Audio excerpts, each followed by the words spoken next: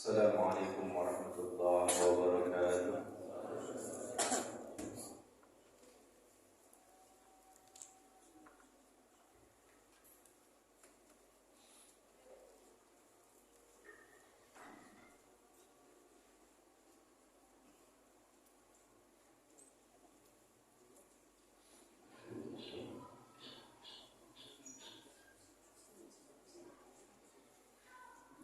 Allahu Akbar, Allahu Akbar.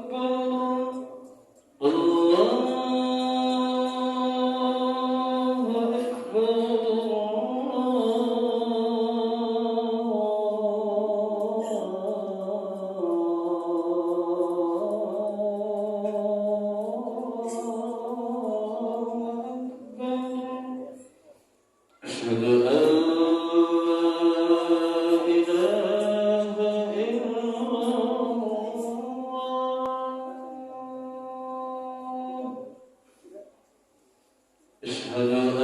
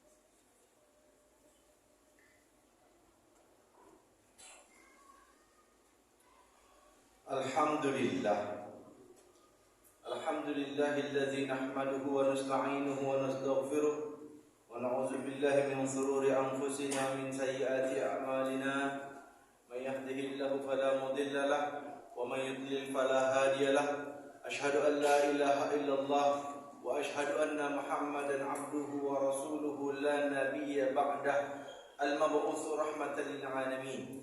Allahumma salli wa sallim ala habibina wa syafi'ina wa qurrati a'yunina sayyidina Muhammadin wa ala alihi wa ashabihi ajma'in. Amma ba'du fa ya ibadallah أوصيكم ونفسي بتقوى الله فقد فاز المتقون كما أمر الله تعالى في كتابه الكريم. أعوذ بالله من الشيطان الرجيم. يا أيها الذين آمنوا اتقوا الله حق تقاته ولا تموتن إلا وأنتم مسلمون. Hadirin sidang Jumat rahimani wa rahimakumullah. Ada satu hal yang tidak bisa lepas dari diri kita, dan setiap langkah pasti menimpa kita. Itulah musibah. Musibah itu ada yang dipandang baik oleh manusia, ada yang dipandang buruk oleh manusia. Walaupun pada hakikatnya semua musibah itu baik bagi manusia. Tergantung bagaimana cara manusia itu bereaksi terhadap musibah yang Allah berikan kepadanya. Maka sebagai bimbingan bagi kita semua, agar tidak salah sikap, agar tidak salah langkah, agar tidak salah ucap saat musibah menimpa kita, maka Al-Fakir ingin membahas satu tema tentang kita atau reaksi atau sikap seorang mukmin terhadap musibah. Hadirin jamaah Masjid Jami'al Munawwar rahimani wa rahimakumullah. Allah mengkritik sebagian manusia yang keliru dalam memaknai dan bersikap terhadap musibah.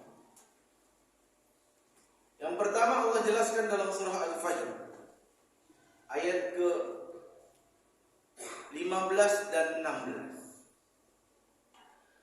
Fa'ammal insanu idza mabtalahu rabbuhu fa'akramahu wa na'amahu fayaqulu rabbi akraman. Wa amma idza mabtalahu faqadara 'alaihi rizqahu fayaqulu rabbi ahanan. Manusia ketika Tuhannya mengujinya, lalu Tuhannya memuliakannya dan memberikannya kesenangan sesuai dengan apa yang dia mau, maka dia akan berkata, Tuhanku telah memuliakanku. Namun ketika Tuhannya mengujinya dengan membatasi rizkinya, maka dia berkata, Tuhanku telah menghinakanku. Kelirunya di mana? Kelirunya dia memahami secara naif bahwa ketika Allah kasih dia rizki yang lebih, Allah muliakan dia. Ketika Allah kasih rizki yang cukup, Allah menghinakan dia. Tidak. Allah kasih kita rizki yang lebih, itu Allah menguji kita. Kasih rizki yang cukup, itu juga Allah menguji kita. Itu kekeliruan pertama. Kadang manusia kalau udah sakit perutnya, lapar, duit kagak ada, kadang-kadang yang enggak yang dipikir. Tapi orang yang beriman dibimbing oleh Allah Subhanahu wa taala untuk selalu berbaik sangka kepada Allah Subhanahu wa taala. Yang kedua, kekeliruan manusia dalam menyikapi musibah Allah jelaskan dalam surah An-Nisa ayat ke-72. Yang artinya, dan sesungguhnya di antara kamu pasti ada orang yang sangat enggan ke medan pertempuran, medan jihad. Lalu jika kamu ditimpa musibah, dia berkata, sungguh Allah telah memberi nikmat kepadaku karena aku tidak ikut berperang bersama mereka. Di mana kekeliruannya? Mereka menyangka bahwa ketika ada orang syahid di jalan Allah, itu adalah musibah. Tidak. Sebaliknya justru orang yang syahid di jalan Allah adalah orang yang diberi anugerah oleh Allah Subhanahu wa taala yang tidak diberikan kepada banyak manusia lainnya. Orang yang syahid di jalan Allah itu punya wewenang, punya hak prerogatif diberikan oleh Allah Subhanahu wa taala untuk mengajak 70 orang anggota keluarganya untuk masuk surga bersama dia. Orang munafik yang digambarkan oleh Allah dengan ucapan mereka seperti ini tidak memahami hakikat itu. Yang mereka paham, mati, selesai. Mukmin tidak memahami seperti itu. Maka apa yang kita pandang sebagai sesuatu yang enak belum tentu itu yang diridhoi Allah. Apa yang kita pandang sebagai sesuatu yang tidak enak bisa jadi itu yang diridhoi oleh Allah Subhanahu wa taala. Yang penting bukan apa yang Allah kasih. Yang penting bagaimana sikap kita terhadap pemberian Allah itu. Makanya sikap yang benar Allah jelaskan dalam surah Al-Baqarah. Ketika ayat 155-nya Allah bilang wabasyiris sabirin, dan berikanlah kabar gembira bagi orang yang sabar. Siapa orang yang sabar itu? Ayat 156-nya Allah katakan alladzina idza asabatuhum musibah qalu inna lillahi wa inna ilaihi raji'un. Itu orang yang jika ditimpa musibah mereka berkata sesungguhnya segala sesuatu adalah milik Allah dan segala sesuatu akan kembali kepada Allah Subhanahu wa taala. Kesadaran ini yang harus selalu ada pada diri kita. Orang tua kita titipan, anak istri kita titipan, harta pangkat jabatan kita titipan, semua yang melekat maupun yang tidak melekat yang menjadi milik kita semua titipan. Makanya tidak keliru ketika para ulama kita mengatakan bahwa hidup yang paling tenang itu seperti tukang parkir. Kenapa dia tidak bangga walaupun mobilnya banyak dan tidak sedih kalau mobilnya pergi satu persatu? Karena dia tidak merasa memiliki mobil itu. Milik itu ada dua. Ada milkul mulkiyah, ada milkul manfaah. Kepemilikan yang emang milik, ada kepemilikan yang cuma manfaatin. Milkul mulkiyah hakikatnya adalah Allah yang maha memiliki segala sesuatu. Kita kalaupun milik cuma manfaatin. Kita punya orang tua kita manfaatin. Gimana caranya?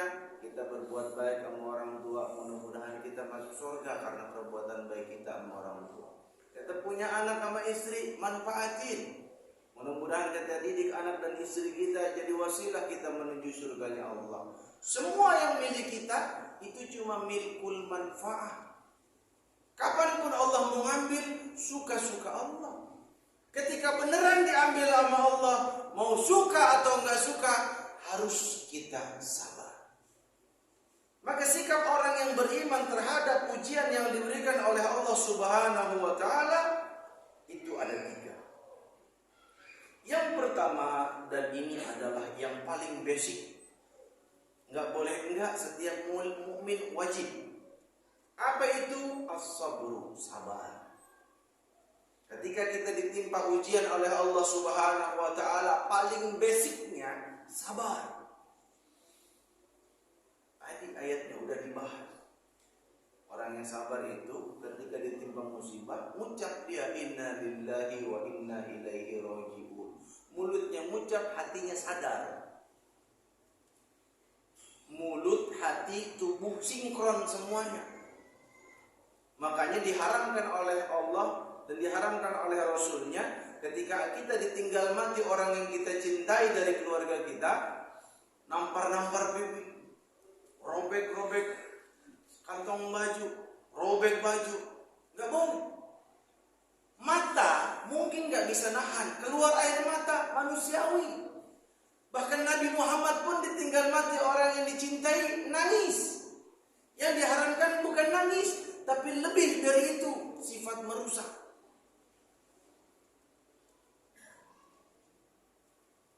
Hati boleh sedih, tapi jangan pernah keluar dari lisan kita sesuatu yang membuat Allah marah. Jangan pernah keluar dari lisan kita kecuali sesuatu yang bikin Allah ridha. Itu orang beriman. Kapan kita sabar? Kata Kata Nabi, as-sabru inda sadmatil ula. Sabar itu saat hantaman pertama. Sesak dada kita kena ujian. Saat itu kita sabar. Baru 3 hari saya nikah. Tahun 2011.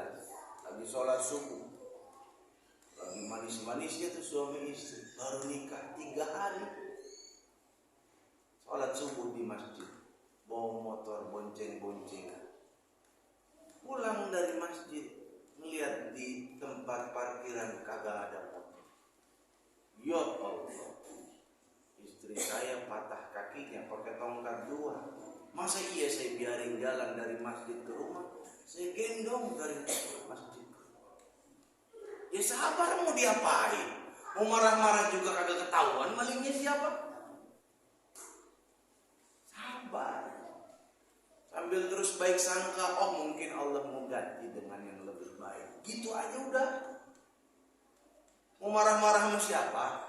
Marah sama diri sendiri udah. Kenapa nggak dikunci ganda? Kenapa cuma dikunci setang? Gampang pakai kunci cetret langsung udah pergi itu orang. Dugaan kuat itu yang samping saya itu salat subuhnya. Karena saya takbir dia langsung pergi. Nggak lama bunyi cetret. Ini udah motor saya. Sabar. Di atasnya sabar, mantep. Ridho. Bukan sekedar sabar, kita ridho.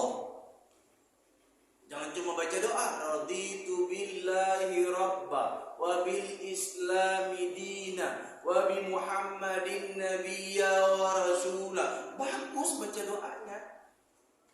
Tapi apa iya kalau kita diuji sama Allah kita ridho? Ridho mau lebih dari sabar. Sabar. Biar kita nggak ngerjain yang haram itu sabar tuh. Tapi ridho, Allah takdirkan ini yang terbaik buat saya. Itu ridho. Di antara akhlak adab kita kepada Allah Subhanahu wa taala, ar-ridho bi qada'illah. Ridho atas takdir Allah. Kalau emang udah takdirnya hilang, tuh motor mau diapain? Udah itu. Allah yang nakdirin, pasti ada sesuatu yang Allah rahasia. Itu aja udah. Ya Allah saya itu. Dalam surah At-Taubah Allah katakan, yang artinya ayat ke-59, dan sekiranya mereka benar-benar ridho dengan apa yang diberikan kepada mereka oleh Allah dan Rasulnya, dan mereka berkata, hasbunallah, cukup bagi kami Allah. Allah dan Rasulnya akan memberikan kepada kami sebagian dari karunia-Nya. Sesungguhnya kami orang yang berharap kepada Allah Subhanahu wa taala. Ridho. Ada seorang raja punya penasehat. Lagi motong buah, kepotong jarinya, potong tangannya, robek. Diikat. Apa kata penasehatnya? Maka darallahu khair. Apa yang Allah tetapkan itu yang terbaik buat kita. Marah rajanya, masukin ke penjara. Hari itu raja lagi jadwalnya berburu ke hutan. Dia pergi bareng pasukan pengawalnya. Ternyata dicegat sama sekelompok orang pemakan manusia. Sortir satu-satu, ini bagus, ini bagus, ini bagus, ini bagus. Rajanya jelek karena tangannya robek, dipisahin. Semuanya dimakan sama kanibal, cuma rajanya doang yang kagak. Kabur langsung ke kerajaan, terengah-engah dia lari. Yang disamperin pertama siapa? Yang disamperin pertama adalah penasehatnya. Diceritain apa yang dari awal sampai akhir. Apa kata penasehatnya? Ma qadarallahu khair. Untung saya di penjara. Kalau saya nggak di penjara, bisa jadi saya ikutan raja dimakan juga sama kanibal. Ridho. Bahkan udah masuk penjara pun ridho. Emang itu yang terbaik. Yakin kita Allah yang tetapin itu yang terbaik. Ridho. Yang paling utama apa? Yang paling utama adalah syukur. Nah, ini sikap yang ketiga. Sikap ini tidak dimiliki kecuali oleh orang yang sempurna keimanannya kepada Allah Subhanahu wa taala. Kita bisa belajar tuh dalam keadaan di kasih musibah, syukur. Belajar sama siapa kita? Belajar sama Nabi Ayyub. Nabi Ayyub pernah doa dalam surah Al-Anbiya ayat 83 yang artinya, dan ingatlah Ayyub ketika dia berdoa kepada Tuhannya, ya Tuhan, sungguh aku telah ditimpa penyakit, padahal Engkau Tuhan yang Maha Penyayang dari semua yang penyayang. Kalau kita secara polos, mana doanya? Nabi Ayub cuma ngasih tahu, ya Allah, saya sakit. Engkau Maha Penyayang, wa anta arhamur rahimin. Engkau Maha Penyayang dari semua yang penyayang. Kalau kita, mana doanya? Kalau doa mah, ya Allah sembuhkan saya, kan begitu. Nabi Ayub mah enggak. Hati-hati kalau kita bicara tentang Nabi Ayub, Allah tidak bicara, maka jangan kita katakan seperti itu. Apa yang sering kita dengar tentang kisah Nabi Ayub, bahwa Nabi Ayub begini begitu, semua anaknya mati atau anaknya kebakaran, apalagi kena penyakit kulit segala macam sampai belatungnya ditaruh. Dalam keyakinan Ahlus Sunnah wal Jamaah, Nabi tidak terkena penyakit yang menjijikkan. Itu semua dari mana beritanya? Bukan dari Al-Quran, bukan dari hadis. Dari mana? Kisah Israiliyat. Apa itu kisah Israiliyat? Dari Injil, dari Taurat. Apakah kita boleh beriman kepadanya? Enggak boleh. Ada 3. Kalau yang jelas bertentangan dengan Al-Quran hadis, wajib ditolak. Kalau yang bertentangan, boleh kita terima. Kalau yang enggak ada keterangannya dalam Al-Quran maupun hadis, apa kata Nabi? La tusaddiquhu wa la tukadzibuhu. Jangan kita yakini, tapi jangan kita dustakan. Karena kitab suci udah diutak-atik sama mereka. Kalau kita yakini, takutnya itu bukan bagian dari firman Allah. Kalau kita dustakan, takutnya lempengan itu firman Allah. Ya, jangan sampai, oh ini benar nih. Apalagi bertentangan dengan keyakinan Ahlus Sunnah wal Jamaah. Nabi tidak menderita penyakit yang menjijikkan. Semoga Allah Subhanahu wa taala minimal menjadikan kita orang yang sabar ketika musibah datang. Mudah-mudahan kita lebih dari sekedar sabar, bisa ridho, apalagi bersyukur atas semua nikmat yang diberikan oleh Allah Subhanahu wa taala. Kenapa kita perlu bersyukur? Karena kata Nabi, iza ahabballahu bi 'abdin ibtalahu. Kalau Allah cinta kepada seorang hamba, Allah akan mengujinya. Syukur kenapa? Karena Allah kasih kita ujian, artinya Allah cinta kepada kita. Aqulu qawli hadza wa astaghfirullah li wa lakum wa li sa'iril muslimina wal muslimat wal mu'minina wal mu'minat wa astaghfiru innahu huwal ghafurur rahim. Amin.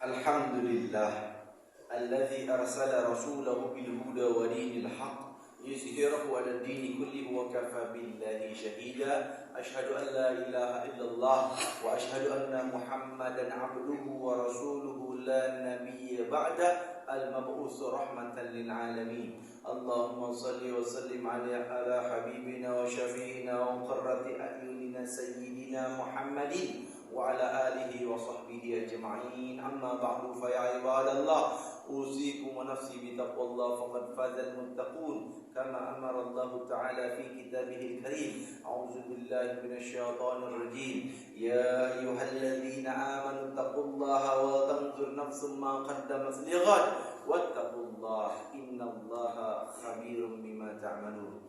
Innallaha wa malaikatahu yusalluna 'alan nabi ya ayyuhalladzina amanu sallu 'alaihi wa sallimu taslima. Allahumma shalli ala sayyidina Muhammad wa ala ali sayyidina Muhammad kama shallaita ala sayyidina Ibrahim wa ala ali sayyidina Ibrahim. Barik ala sayyidina Muhammad wa ala ali sayyidina Muhammad kama barakta ala sayyidina Ibrahim wa ala ali sayyidina Ibrahim. في العالمين إنك حميد مجيد. اللهم اغفر للمسلمين والمسلمات والمؤمنين والمؤمنات الأحياء منهم والأموات إنك سميع قريب مجيب الدعوة يا قاضي الحاجة. ربنا هب لنا من أزواجنا وذرياتنا قرة أعين واجعلنا للمتقين إماما. اللهم انصر إخوان المجاهدين في فلسطين. اللهم انصر إخوان المجاهدين في غزة. اللهم انصر إخوان المجاهدين في كل مكان وفي كل زمان. اللهم أهلك الكفرة والمشركين وشتت شملهم وفرق جمعهم وزلزل أقدامهم وانصرنا على القوم الكافرين. ربنا آتنا في الدنيا حسنة وفي الآخرة حسنة وقنا عذاب النار. سبحان ربك رب العزة عما يصفون سلام على المرسلين والحمد لله رب العالمين.